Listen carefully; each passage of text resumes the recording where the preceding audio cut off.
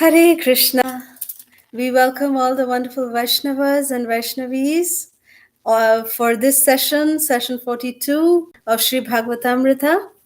We are very excited to share in this session some very wonderful topic of the Srimad Bhagavatam.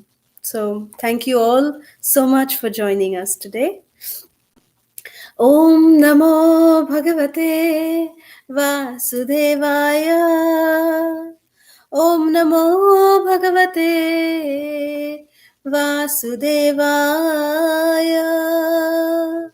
Om Namo Bhagavate Vasudevaya. Narayanam Namaskrityam Naram Chaiva Narottamam Devim Saraswatim Vyasam Tato Jayamudiraye Nashtaprayeshu Abhadreshu Nityam Bhagavat Sevaya Bhagavati Uttama Shloke Bhaktir Bhavati Naishtiki Krishnaya Vasudevaya Devaki Nandanaya Cha Nandagopakumaraya Govindaya Namo Namaha Nama Pankajanabhaya Nama Pankajamaline Nama Pankajanetraya Namaste Pankajangraye Hare Krishna Krishna Krishna Hare Hare Hare Rama Rama Rama Hare Hare Aradhya Bhagavan Vrajeshatanayas Tadhama Vrindavanam Ramya Kachidupasana Vrajavadhu Vargena Vakalpita Srimad Bhagavatam Pramanam Amalam Prema Pumartho Mahan Shri Chaitanya Mahaprabhur Matamidam Tatra Dharana Paraha Nama Om Vishnupadaya Krishna Prishthaya Bhutale Srimate Radhanatha Swaminiti Namine Nama Om Vishnupadaya Krishna Prishthaya Bhutale Srimate Jayapataka Swami Niti Namine Namacharya Padaya Nitai Kripa Pradayine Gaurakatha Dhamadaya Nagaragramatarine Nama Om Vishnupadaya Krishna Prishthaya Bhutale Srimate Bhaktivedanta Swami Niti Namine Namaste Saraswati Deve Gauravani Pracharine Nirvishesha Shunyavadi Paschatya Deshatarine Jaya Shri Krishna Chaitanya Prabhu Nityananda Shri Advaita Gadadhara Shrivasadi Gaura Bhakta Vrinda Hare Krishna Krishna Krishna Hare Hare Hare Rama Rama Rama Hare Hare Mukham karoti vachalam pangur langayate girim Yat kripatamaham vande Shri Gurung Dinatarinam Paramananda Madhavam Shri Chaitanya Ishwaram. Hare Krishna. Again, welcoming all of you to this session 42 of Sri Bhagavatamrita. Before we proceed to this session, we would like to congratulate all of our quiz participants from both YouTube and from Facebook. So from YouTube, we'd like to congratulate Vrindavani Mataji, Swati Mataji, Vijayata Mataji, and Hari Krishna Maddali. Congratulations for participating in the quiz from yesterday. And from Facebook, we'd like to congratulate Ranjani Gopika Mataji for her participation in the quiz contest from Facebook. Again, congratulations to all of you.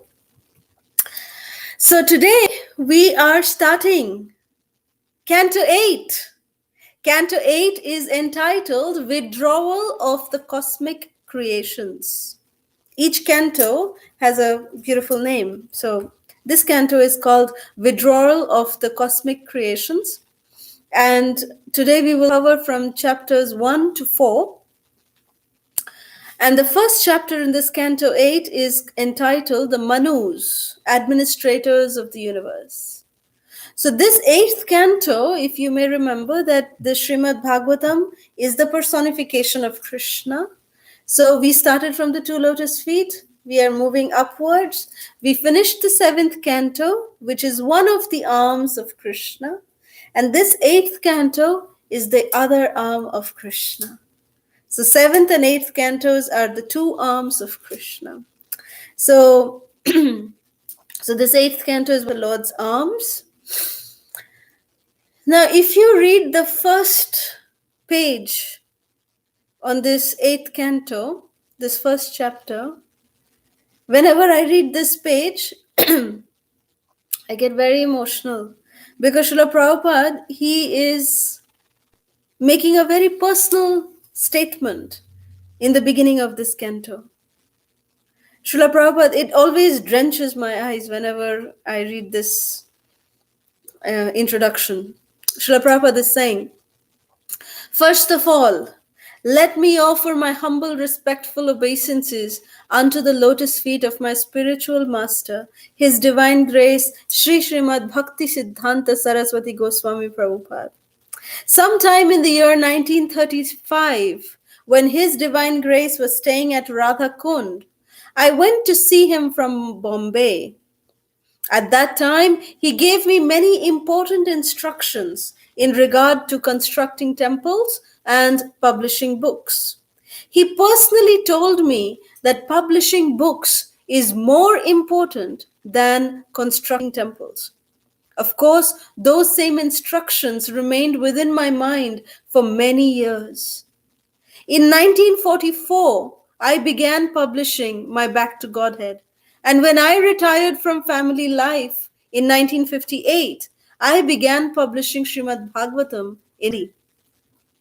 When 3 parts of Srimad Bhagavatam had been published in India, I then started for the United States of America on the 13th of August, 1965. I am continuously trying to publish books, Srila Prabhupada is continuing to say, as suggested by my spiritual master. Now, in this year, 1976, I have completed the 7th canto of Srimad Bhagavatam, and a summary of the 10th canto has already been published as Krishna, the Supreme Personality of Godhead. Still, the 8th canto, 9th canto, 10th canto, 11th canto, and 12th canto are yet to be published. On this occasion, therefore, I am praying to my spiritual master to give me strength to finish this work. I am neither a great scholar nor a great devotee. I am simply a humble servant of my spiritual master. And to the best of my ability, I am trying to please him by publishing these books with the cooperation of my disciples in America. Fortunately, scholars all over the world are appreciating these publications. Let us cooperatively publish more and more volumes of Srimad Bhagavatam just to please His Divine Grace, Bhakti Siddhanta Saraswati Thakur. Such a beautiful introduction. Srila Prabhupada literally poured his heart out. You know, how he's saying that how he met Sri Srila Prabhupada, his Guru Maharaj at Radha Kund. And then he gave him instructions to publish books. He said, whenever you have some money, print books and construct temples. But he said that he gave more priority to book publishing. So Srila Prabhupada, he's saying that on 13th of August 1965, I started for the United States of America after I finished the first 3 cantos of Srimad Bhagavatam. So first, second, and third canto, Srila Prabhupada actually personally, he would write them while sitting at his room at Radha Damodar temple. And then he would go all the way to Delhi and he would personally see the publishing of this first, second, and third canto of Srimad Bhagavatam. And we all know how in Jaladuta, Srila Prabhupada had such a difficult journey to come to America. Such a difficult journey. So much challenges. 69-year-old man. You know, when most people retire, Srila Prabhupada took on a life's mission. And he did the unimaginable. If it was not for Srila Prabhupada, we would not be sitting here today. For all the sacrifices that Srila Prabhupada did, we are actually sitting here and listening to the words that were so beautifully penned down by Srila Prabhupada himself. We are so fortunate. Our good fortune has been bestowed upon us by Srila Prabhupada. So much difficulty Srila Prabhupada had when he was coming here in the Jaladuta. He had 2 heart attacks. He was thinking that if the third one came, he would not survive it. And then Srila Prabhupada, as he is saying, that I'm praying to my spiritual master to give me strength to finish this work. I am neither a great scholar nor a great devotee. It's the humility of Srila Prabhupada. He's already done 7 cantos and written so many of the smaller books. He has done an impossible task already. But the humility with which Srila Prabhupada, genuine humility with which he is writing this.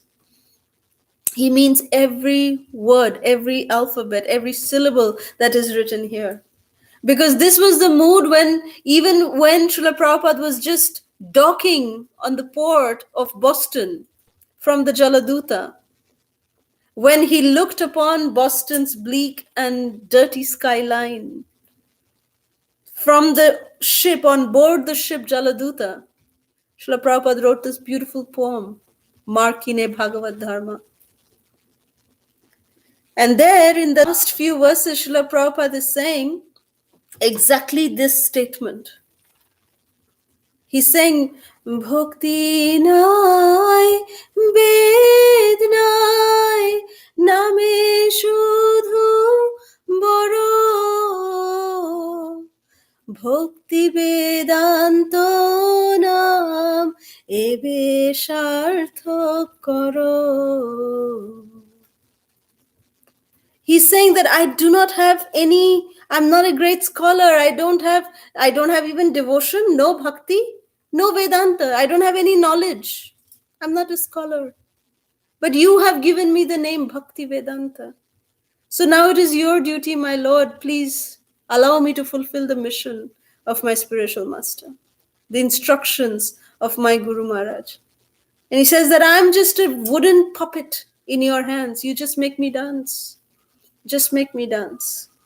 Make me dance, oh my Lord, just the way you want.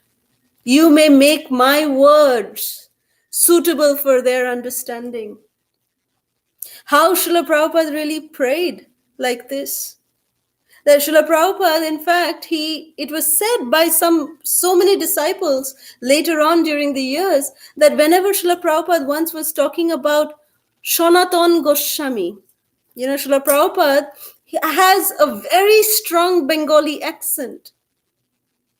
And for the young American boys and girls to understand that heavy accent was next to impossible. And they said, one of the early disciples of Srila Prabhupada said that whenever Prabhupada would talk about Sanatana Goswami, which is Sanatana Goswami, they thought that Prabhupada is talking about some town called Shana, something. But they were just so enamored with whatever Prabhupada was doing, how Prabhupada was conducting himself. They were just in love with Srila Prabhupada. That's Srila Prabhupada's charisma. And that was the potency of his prayers. That Srila Prabhupada said that if you wish, my Lord, then you can make my words suitable for their understanding. So each and every word from the Markine Bhagavad Dharma, that poem that Srila Prabhupada wrote, it is worthy to recite it every single day. And then we can understand that if Prabhupada would not be, if Prabhupada would not have done what he has done, where would we be today? How would we be able to realize the mercy of Nitai and Gauranga? Who would bring to us the mercy of Nitai Gauranga? We were rotting in hell, or at least going towards hell, if not already in hell. Srila Prabhupada picked us up. Jodi Prabhupada na hoito, tobe ki hoito.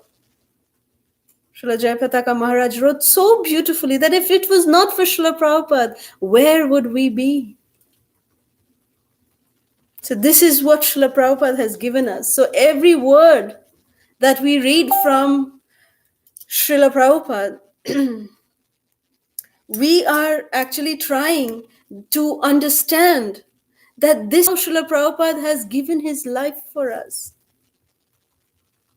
So the only thing that we can do in response to this, as an attitude of gratitude to Srila Prabhupada, is that whoever we come across with, at least share this message of Srila Prabhupada. The best Pushpanjali, the best Shraddhanjali, that, offering that we can give to Srila Prabhupada is the offering of souls to the lotus feet of Srila Prabhupada. That would be the way that we can actually try to do something in reciprocation of the incomparable love that Srila Prabhupada has given us, which manifested to us through Srila Prabhupada's beautiful disciples, our Guru Vargas. So our heartfelt gratitude to Srila Prabhupada and begging for his blessings, his mercy, and begging for the blessings of our Guru Vargas, we proceed to Canto 8, Chapter 1. And this chapter is a very small chapter. The first chapter is a very small chapter.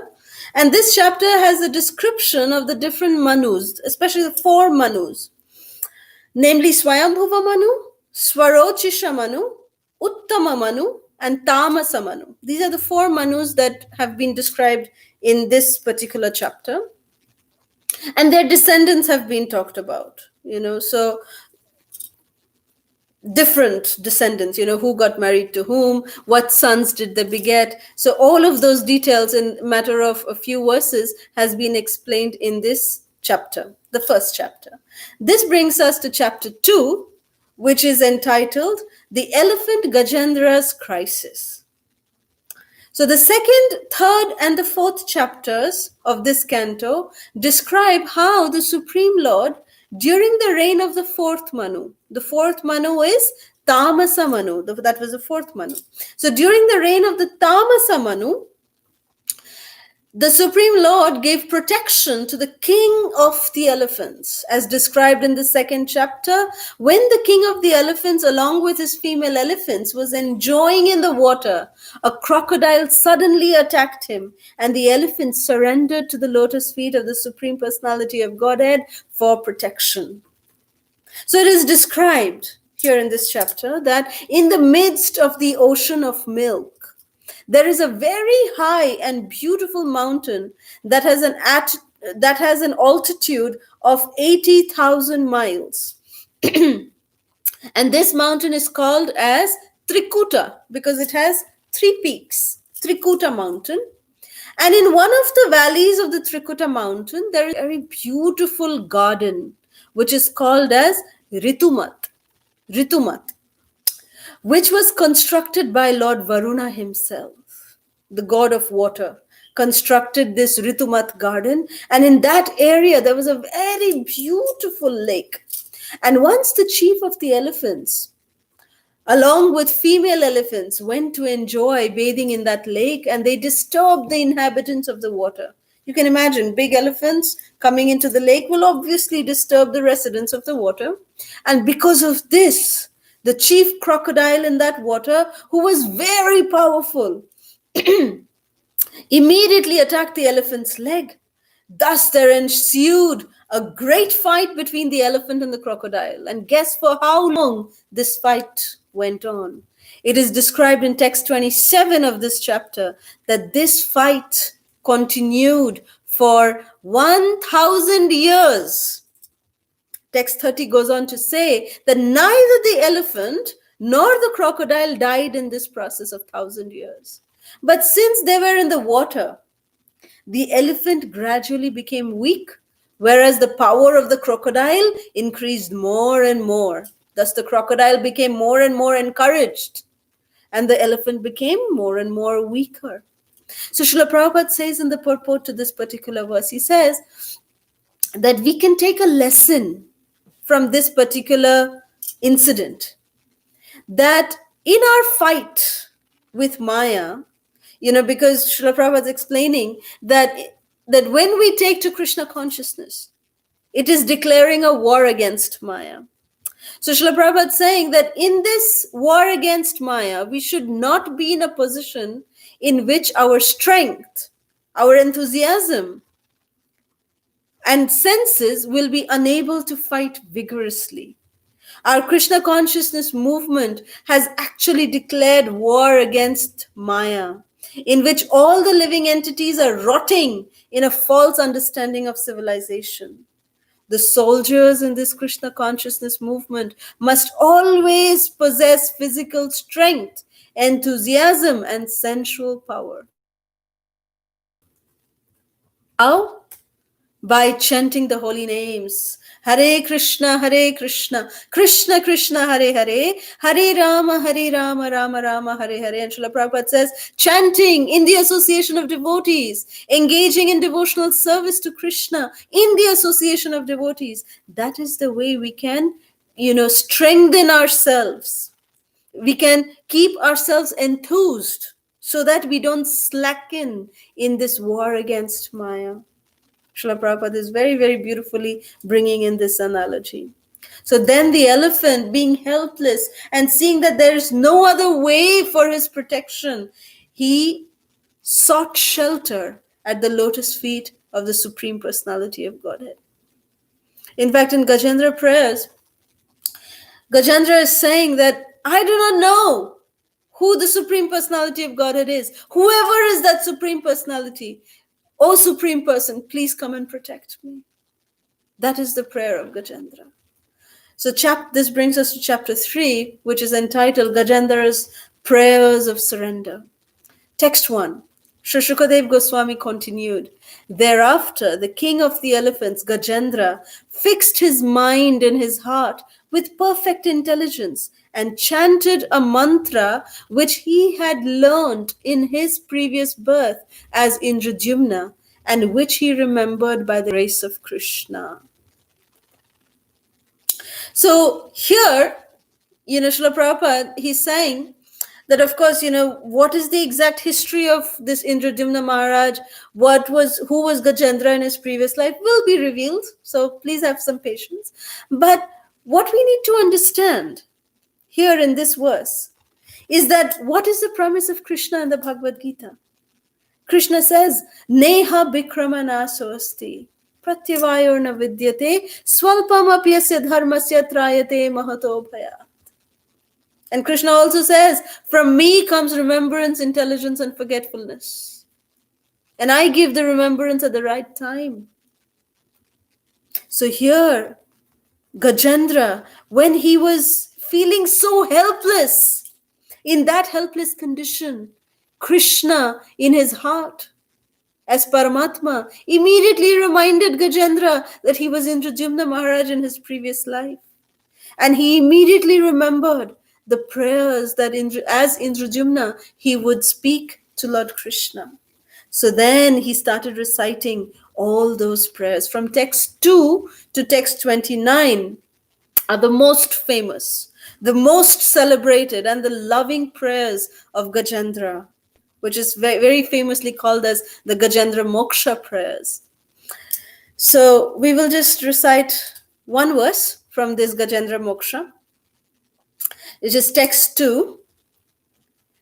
Shri Gajendra Vacha Om Namo Bhagavate Tasmai Yata Eta Chidatmakam Purushaya Adibijaya Pareshaya Bhidhimahi.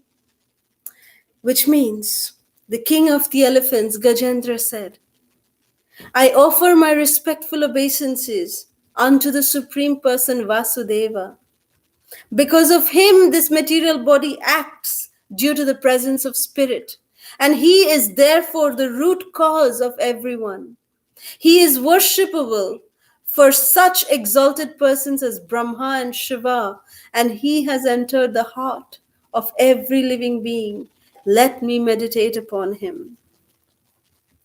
Text 29, from text 2 to text 29, these 28 verses are Gajendra Moksha prayers. So we will understand what is the benefit of reciting the Gajendra Moksha prayers after we see what is the last verse which Gajendra is glorifying Krishna with. Text 29 says, I offer my respectful obeisances unto the Supreme Personality of Godhead, by whose illusory energy the Jiva, who is part and parcel of God, forgets his real identity because of the bodily concept of life. I take shelter of the Supreme Personality of Godhead, whose glories are difficult to understand. This is the conclusion of the Gajendra Moksha prayers. And Gajendra, in these prayers, he is glorifying the Supreme Lord as the source of all incarnations. He names Nrsingadev, Varahadev, Vamanadev, Matsya, Kurma, Varaha, all of these incarnations. So Gajendra is talking about and glorifying the Supreme Lord in completeness. So text 31 says, after understanding the awkward condition of Gajendra, who had offered his prayers, the Supreme Personality of Godhead, Hari, who lives everywhere, appeared with the demigods, who were offering prayers to him. Carrying his disc and other weapons, he appeared there on the back of his carrier Garuda, great speed according to his desire. Thus he appeared before Gajendra. So here there's a mention that the Lord appeared in front of Gajendra, but even the other devatas also appeared along with the Lord. And the previous verse says that the devatas, they had actually the power to come and to help Gajendra in this situation. But they knew that Gajendra is not calling out to them. So they actually felt, it is mentioned that they actually felt a little offended, that why is Gajendra not calling out to us? Why is he calling out to Krishna, the Supreme Lord? Why is he not calling out to us for help? So in this verse, text 31, that's why it is mentioned that the demigods also came along with the Supreme Lord, because they realized their mistake immediately. That Gajendra was actually calling the Supreme Lord. So why should the demigods feel offended by that? And to beg for forgiveness from the Lord, the demigods appeared along with the Supreme Lord. And their appearance was mainly to beg forgiveness from the Supreme Lord. That we are sorry that we felt that you are our competition. So this was how the demigods, in one verse, they felt bad, but they immediately realized their mistake. And they rectified the situation by begging forgiveness from the Lord, it is explained. Text 32. Gajendra had been forcefully captured by the crocodile in the water and was feeling acute pain. But when he saw that Narayan, wielding his disc, was coming in the sky on the back of Garuda, he immediately took a lotus flower in his trunk, and with great difficulty, due to his painful condition, he uttered the following words, O my Lord Narayan, Master of the universe, O Supreme Personality of Godhead, I offer my respectful obeisances unto you. Srila Prabhupada very beautifully says in the purport, in this particular narration of Gajendra Moksha, in this chapter, the next chapter, Srila Prabhupada has quoted this particular verse many, many, many, many times in the purport. So this is the first time Srila Prabhupada is quoting this verse. Tatteno kampa susmekshamano bhunjana evatma kritam vipakam ritvakvapurabhir vidadhan namaste jive diyo mukti pade sadaya bhak. This is a verse from the 10th canto of Srimad Bhagavatam, 14th chapter, 8th verse. So Srila Prabhupada is quoting this particular verse and he's saying that a devotee, no matter in what situation they may be in, Gajendra was in such a painful, physically painful condition. Imagine for thousands of years, 1,000 years, this crocodile was biting onto the leg of Gajendra, biting it down. Can we imagine the kind of pain that Gajendra was going through? Actual physical pain that he was going through. So, in this painful condition, when Gajendra saw the Supreme Lord reciprocating with his prayers and appearing in front of him, Gajendra just took up the lotus flower which was in the lake. He just picked it up with his trunk and he offered it to the Supreme Lord. That, my dear Lord, I offer my respectful obeisances unto you. So Gajendra never complained that, my dear Lord, why did you put me in this condition? I have not done anything bad to anyone. Why did you do this to me, my Lord? Gajendra never questioned. Rather, he was so grateful that Krishna reciprocated and he appeared in front of him. That is the mood of a devotee. A devotee never questions the Lord, that, my Lord, why are you putting me under difficulties? Rather, they utilize that difficult situation to surrender more to the Supreme Personality of Godhead. That so-called unfavorable situation, materially, they use it favorably in the service of Krishna by surrendering to Krishna in that situation. That is the glory of a genuine devotee. And such devotees who have this attitude of gratitude towards Krishna, such a heart is the rightful, recipient to receive the Lord's mercy. Rightful recipient. A grateful heart. Only a grateful heart can be the true recipient of the Lord's mercy. So we must remember this. Because in our day-to-day lives, we also undergo so many different kinds of challenges. So many different kinds of, like thunderbolts striking us. That, how could this even happen? How could that happen? What have we done to deserve this? These kind of thoughts can come. But immediately we should try to do anusmarana. We should try to remember these beautiful pastimes. That is the purpose of Bhagavad Katha. That when we listen to these pastimes from the Srimad Bhagavatam, these pastimes, by the remembrance of these pastimes, it helps us. It is like a soothing ointment on the material sufferings of boils that are there on our body. We are suffering. So these pastimes offer a cool ointment on those wounds. So that is how we should try to remember these beautiful pastimes whenever we undergo difficult situations in our particular lives. And every one of us go through difficulties. No one can say that they're having a smooth sail. No difficulties. No one can say that. There is some kind of challenge in everybody's life, starting from a newborn baby to an 80-year-old, 90-year-old, whatever. Every living entity is inflicted with some kind of difficulty situation in their life, one time or the other. That is the nature of this world. It is dukhalayam. It is the place where we will get miseries. But how to deal with those miseries, how to react to those miseries, the answer is there in the Srimad Bhagavatam. We cannot avoid miseries. It's not that when we become devotees, that it's all like a nice cakewalk. No. It's not. It's not a cakewalk. Devotees will also get difficulties. But the difference is that the devotees are vashikriyate, the devotees are hypnotized by the love of Krishna.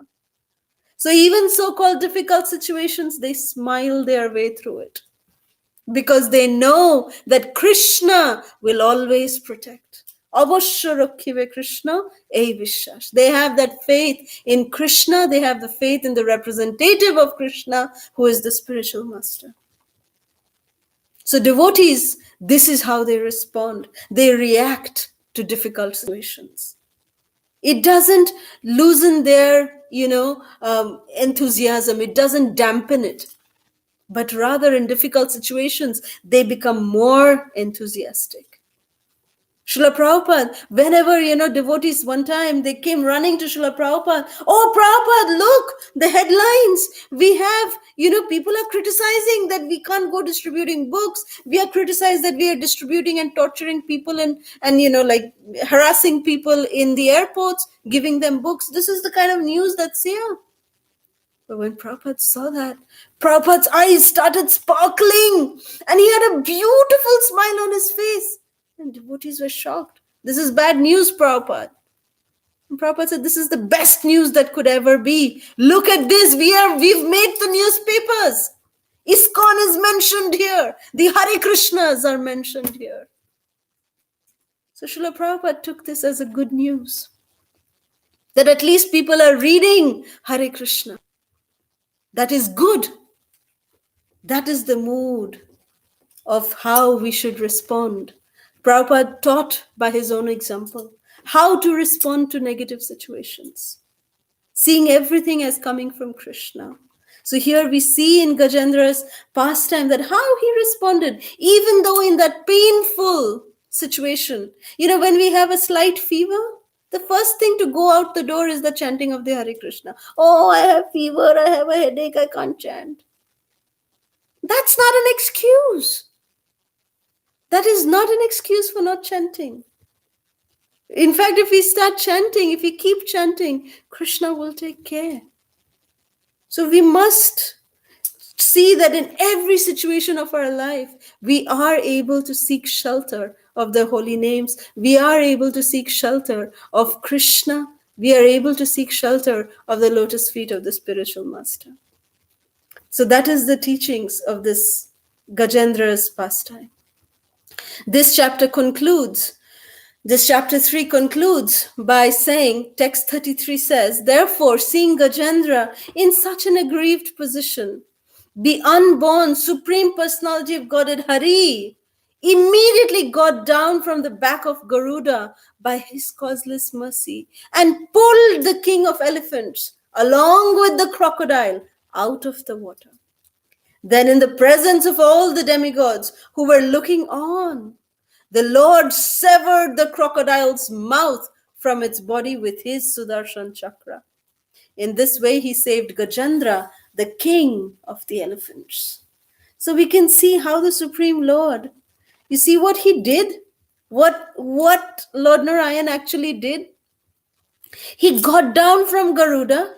He pulled with his own lotus hands. He pulled out Gajendra from that difficult situation. With his own hands, the Lord saved Gajendra. The Lord could have just looked. With one glance, he could have killed the crocodile. But he wanted to do a very special, wanted to give special mercy to Gajendra. That is the reason why the Lord wanted to touch the body of Gajendra. It will be revealed in chapter 4.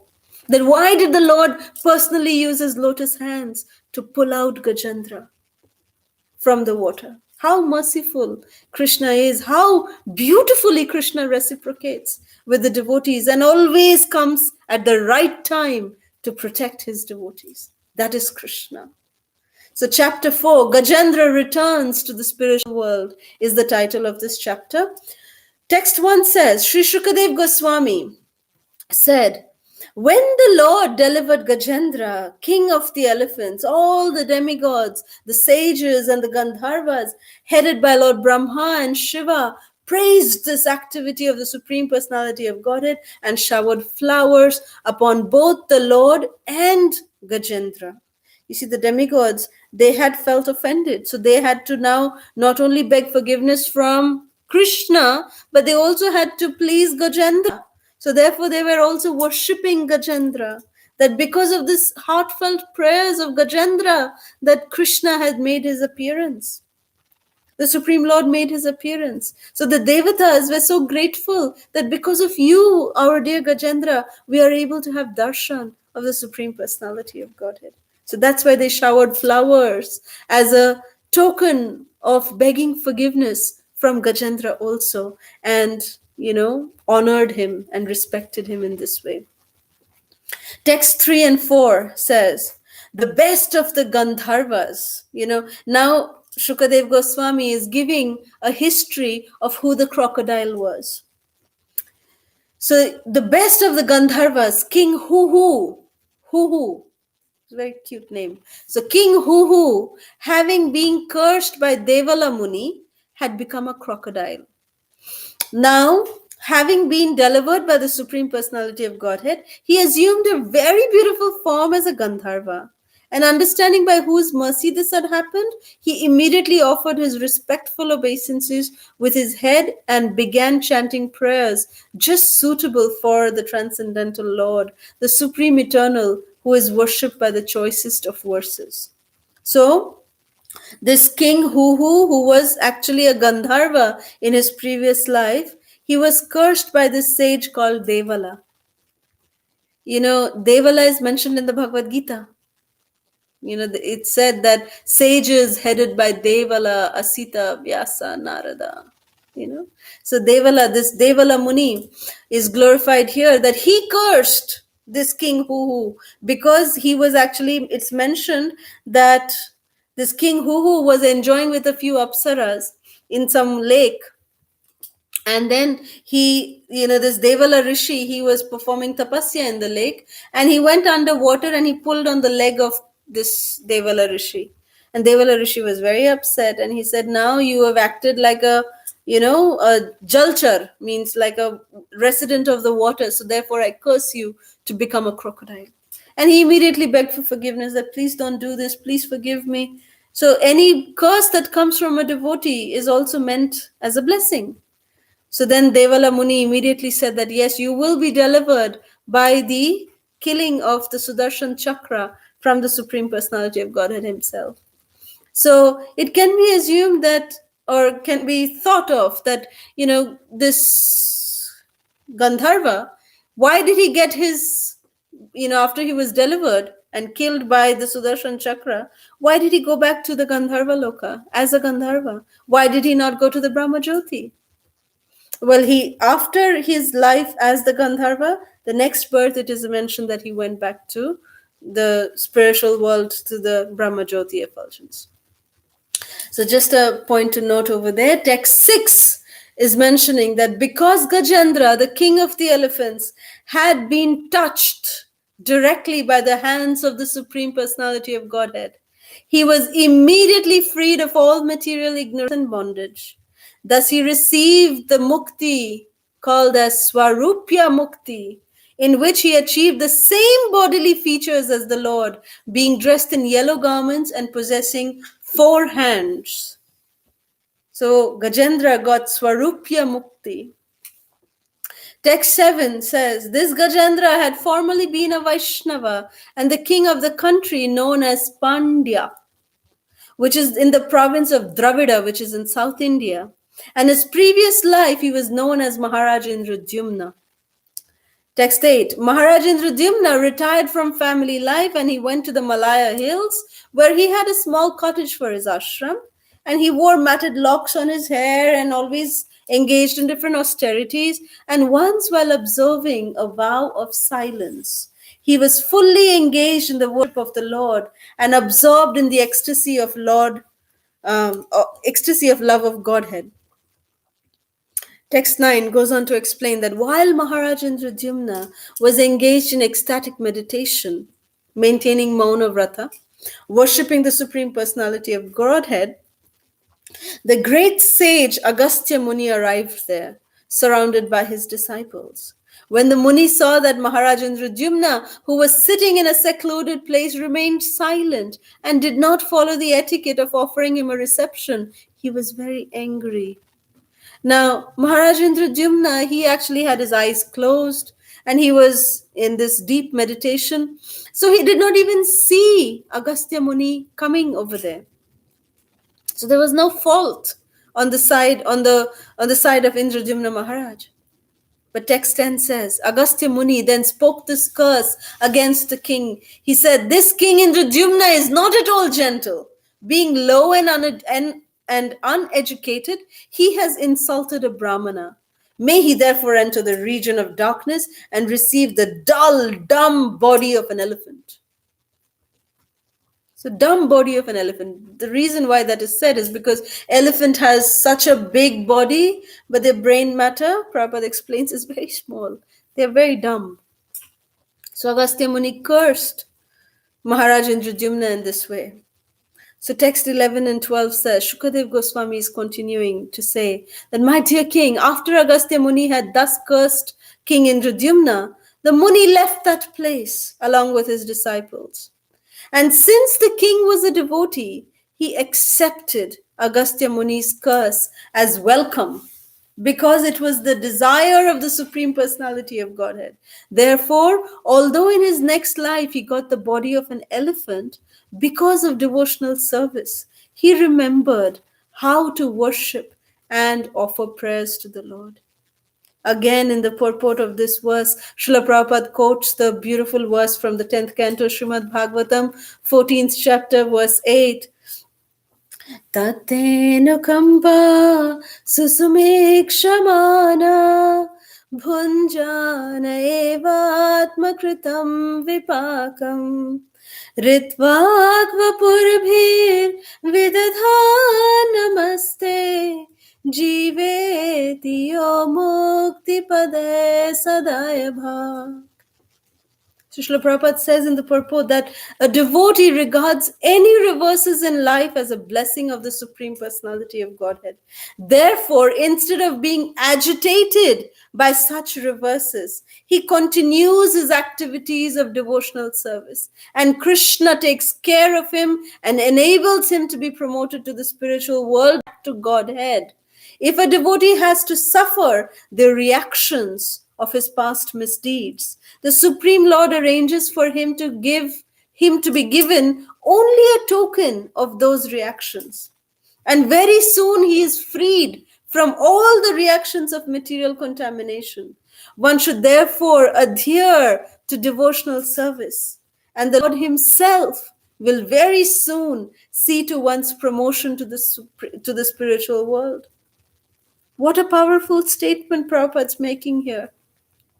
Prabhupada is saying that if one just sticks to the principles of devotional service, then the Lord will personally very soon see to one's promotion to the spiritual world. We may be surrounded by oceans of difficulties, oceans of problems which seem that they're not getting resolved. Why so much time? That as soon as we know this fact, that if we just continue, if we just simply adhere to the principles of devotional service, then this ocean of miseries that is appearing before us will become like the water contained in a calf's hoof print. It'll be reduced to that much. That ocean will become reduced to this much. A calf's hoof print. How much of water can a calf's hoof print have? The entire ocean becomes that size by the mercy of the Lord. So a devotee should not be disturbed by unfortunate circumstances, but must continue his regular program, depending on the Lord for everything. Very, very powerful statement. That no matter what, jena tena prakarena, no matter what, be any circumstances, is no excuse for us not to chant Hare Krishna, for us not to take shelter of Krishna. There's no reason why we cannot do that. In every situation, we must Never ever give up the chanting of the Hare Krishna Mahamantra. Always seek shelter of the holy names. Always seek shelter of the lotus feet of the spiritual master. Always. That is our only saving grace. So in text 14, Srila Shukadev Goswami continues to say, "My dear King Parikshit, I have now described the wonderful power of Krishna as displayed when the Lord delivered the king of the elephants. O best of the Kuru dynasty, those who hear this narration become fit to be promoted to the higher planetary systems. Simply because of hearing this narration, they gain a reputation as devotees. They are unaffected by the contamination of Kali Yuga and they never see bad dreams." So, Shukadev Goswami is saying that they are unaffected by the contamination of Kali Yuga simply by reciting these Gajendra Moksha prayers, simply by reciting the Srimad Bhagavatam. And they never see bad dreams. Prabhupada explains in the purport that bad dreams come as a result of previous karmas, sometimes from previous births, sometimes from this birth. So we get very disturbing nightmares. So this recitation of Srimad Bhagavatam will get rid of all the bad dreams that we can ever have.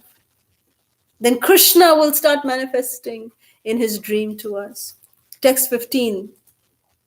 Therefore, after getting up from bed in the morning, those who desire their own welfare, especially the Brahmanas, Kshatriyas, Vaishyas, and in particular the Vaishnava Brahmanas, the Brahmana Vaishnavas, should chant this narration as it is, without deviation, to counteract the troubles of material existence.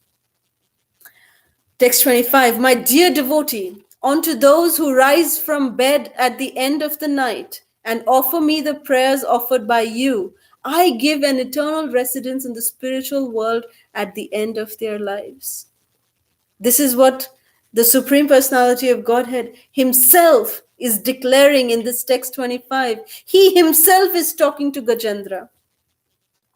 He's saying that, my dear devotee Gajendra, unto those who rise from bed at the end of night and offer me the prayers that you offered to me, I give them an eternal residence in the spiritual world at the end of their lives. Just by reciting Gajendra Moksha every day as soon as we get up in the morning, if we can just do that, then Krishna is guaranteeing eternal residence in the spiritual world. Such a beautiful guarantee.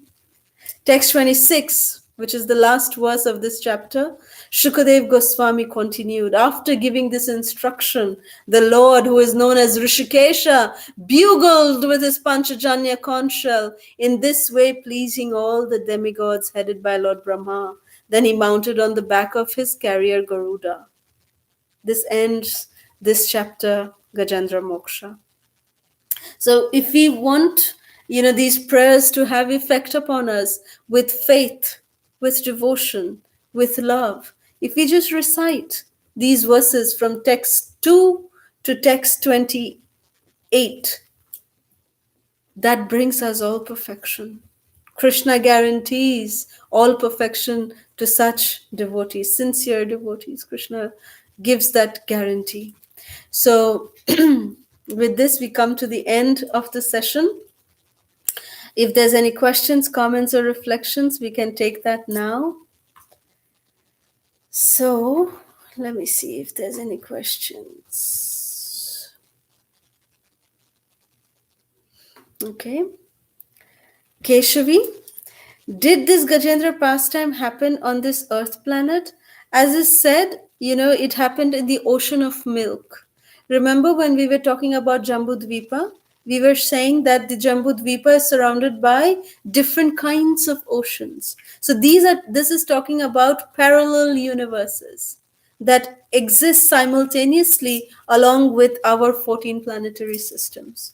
So this incident of Gajendra's pastime happened in the place called the Shvetadvipa, in the material world, in the ocean of milk, in this valley called as the Trikuta Parvat, in one of the valleys over there.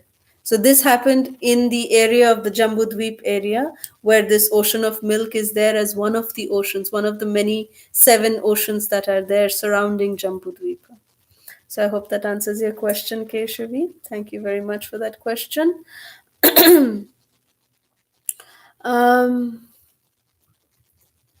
Okay, so we have another question from Keshavi. Wow, I see 2 more questions from Keshavi.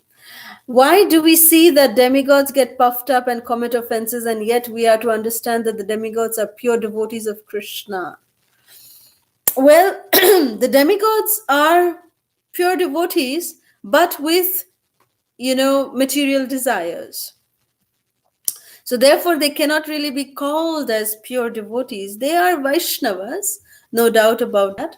But, they are having material desires. And that's why it is very easy for them to get puffed up. It's very easy for them to get deluded. It's very easy for them to come under illusion because they are not pure devotees. If they are pure devotees, then they would actually be, always in pure devotional service, engaged in devotional service. But sometimes when they come in association of the Supreme Lord, they actually get purified understanding too. They're very quick in getting the purified understanding. So that therefore, this is the kind of, access that the demigods have with Krishna. Hope that answers your question. Another question: in Kali Yuga, the sufferings we go through in a devotee life seems overwhelming and our devotional consciousness gets disturbed. How should one overcome these situations, Mataji, and steady our mind? So, it is, as I said, this material world is a place of misery. It is Dukhalayam. But the way that we can, we know that these difficulties will keep coming. So I'll give you an example that I heard our Guru Maharaj giving. So Srila Jayapadaka Maharaj once was explaining, and I heard the same kind of explanation even given by Srila Radhanath Maharaj. So I'll share that example. Say, for example, we are staying in a very cold city, where snow keeps falling. So we know that this is the situation as soon as we go outside. There's snow, it's very, very cold. What do we do?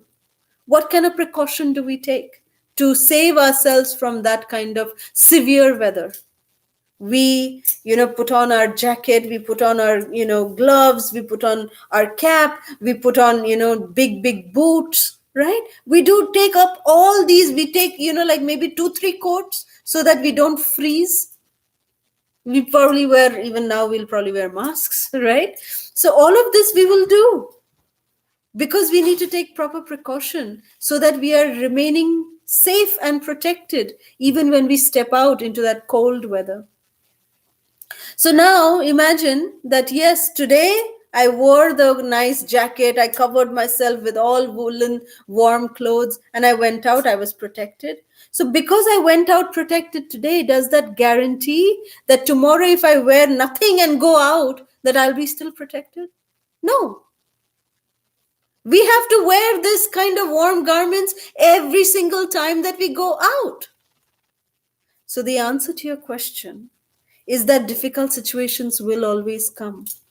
But the way we keep ourselves focused and how we overcome these kind of situations is by the constant chanting of the Hare Krishna Mahamantra. The more we chant these holy names, they are our life-saving grace. This chanting of the Hare Krishna Mahamantra will give us relief from the suffering of this material world. It is like the lifeboat that we have.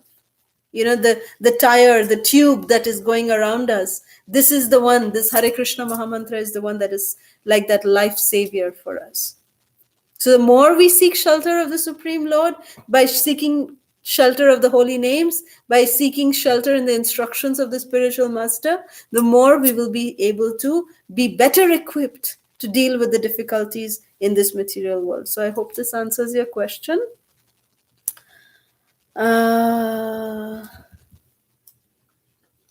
Okay, so we have some questions.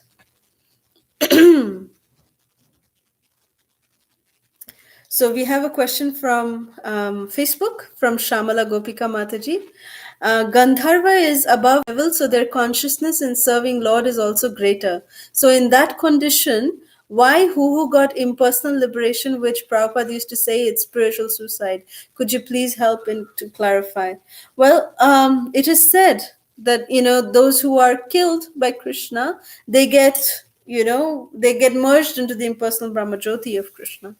So that was the reason. And because although he got killed, he did get the intelligence to pray to the Supreme Lord, but then he got promoted to Gandharva planet, where he again engaged himself in enjoying, and he forgot the Supreme Personality of Godhead. And then he just got liberation into the Brahmajyoti. But then next time, he would probably be getting definitely a better life, where he would be given opportunity to engage in active devotional service. So I hope that answers your question, Shamala Gopika. You have another question. Indradyumna Maharaj continues devotional service without caring the rishi. Is that not Vaishnava offense?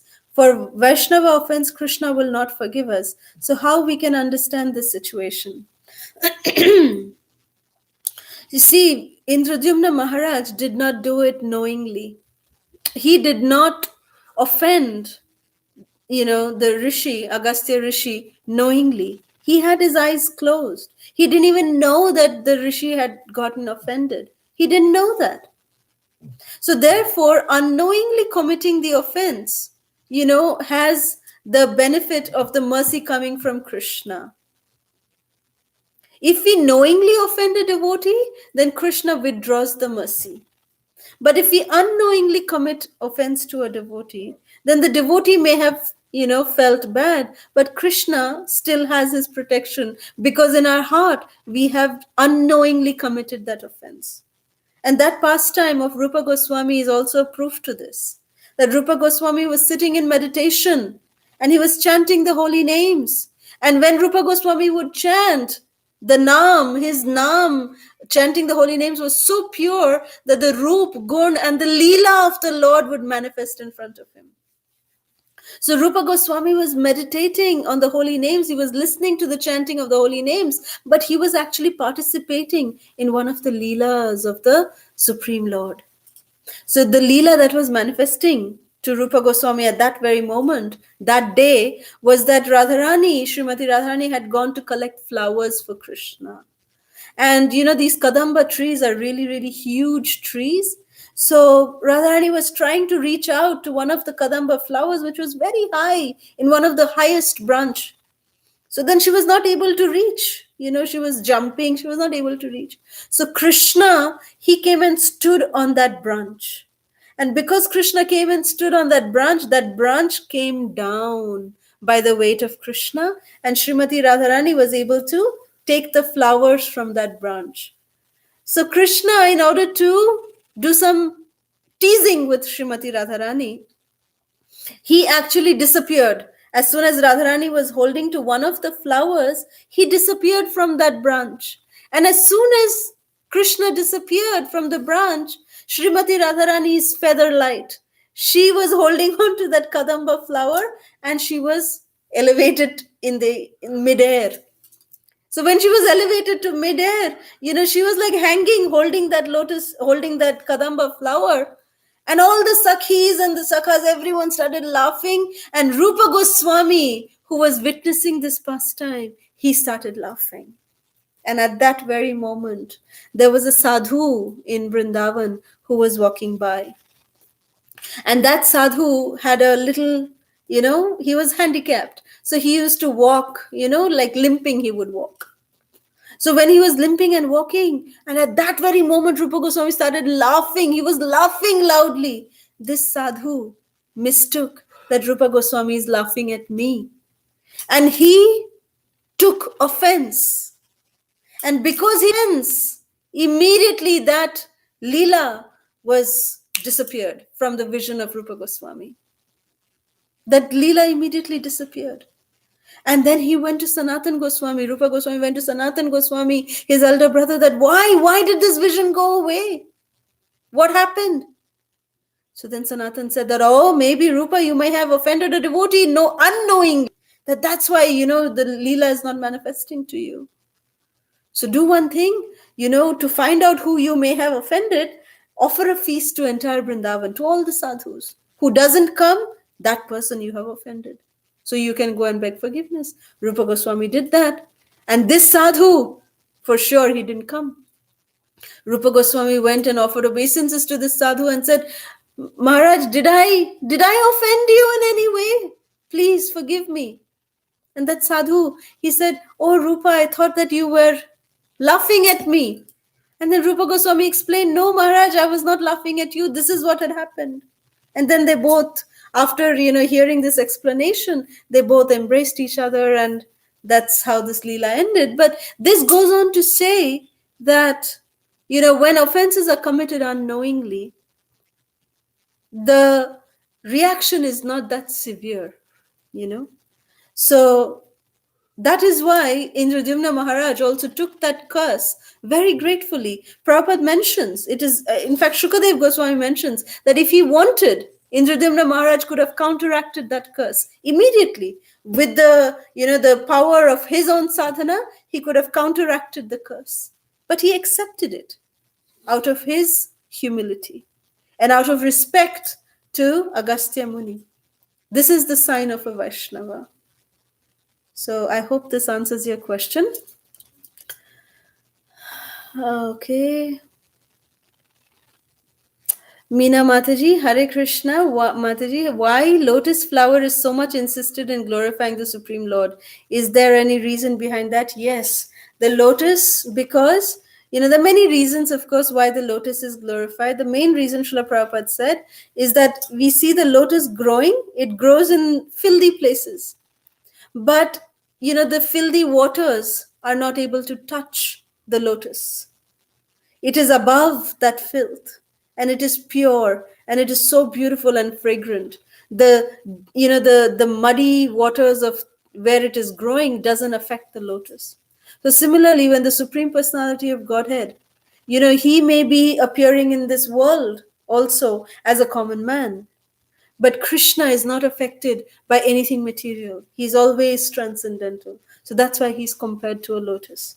And also because, lotus is like the most beautiful and the most delicate and the most, subtle fragrance is there in the lotus.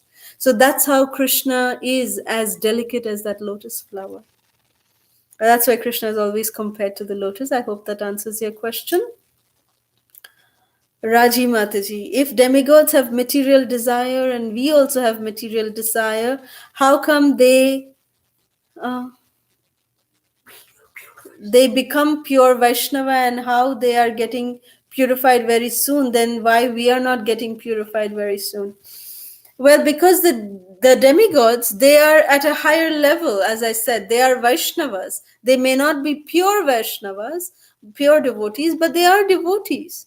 So the reason why the demigods are getting purified much faster, but then again, when they are involved and they indulge themselves in materialistic activities, in sense gratification, they also again get impure.